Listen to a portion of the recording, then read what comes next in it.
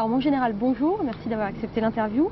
Quel est actuellement, est-ce que vous pouvez nous faire un petit point sur l'engagement de nos forces aériennes françaises dans le monde et comment parvient-elle à mener de front toutes ces opérations?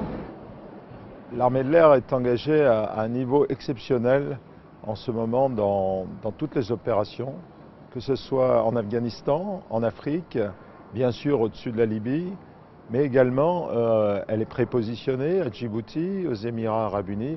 Et n'oublions pas nos forces de transport aériennes qui sont sollicitées quotidiennement en soutien d'opérations partout dans le monde. Ce sont ces hommes et ces femmes qui sont mobilisés et je les en remercie vivement.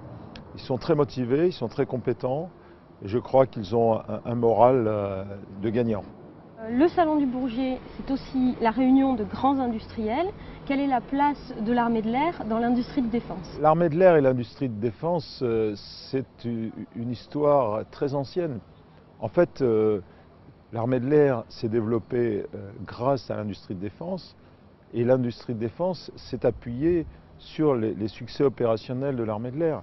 Et c'est ainsi qu'au fil du XXe siècle, s'est développée une véritable puissance aérienne en France, dont l'avènement de la dissuasion nucléaire aéroportée dans les années 60 a été un point marquant. L'A400M est aujourd'hui prévue d'arriver dans les forces début 2013 et je peux vous dire que les travaux se poursuivent d'arrache-pied sur la base d'Orléans, qui accueillera donc le premier A400M français, mais également le premier A400M tout court, puisque la France est le premier pays à être livré.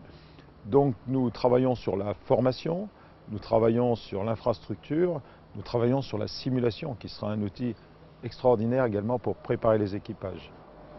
Et vous pouvez nous dire aujourd'hui quel sera son nom de baptême? C'est encore assez confidentiel, mais nous pensons beaucoup au nom d'un de nos anciens avions qui s'appelait le Nord Atlas. On simplifiera sans doute un peu. Alors ce salon du Bourget, c'est votre premier en tant que chef d'état-major de l'armée de l'air, puisque 2 ans c'était le général Abrial. Qu'attendez-vous de cette première édition en tant que chef d'état-major de l'armée de l'air? C'est d'abord une formidable occasion de rencontrer tous mes homologues. Nous entretenons des relations à la fois professionnelles et amicales. Ils sont très intéressés par le savoir-faire français, par la technologie, mais également par la pluralité, l'éclectisme de ce salon. Par ailleurs, je dois avouer que les présentations, en particulier celle du Rafale, me donnent beaucoup de plaisir et beaucoup de satisfaction. Je suis vraiment très fier que nous puissions démontrer cet avion aujourd'hui au Bourget, tout en l'employant de manière très opérationnelle et très efficace au-dessus de la Libye.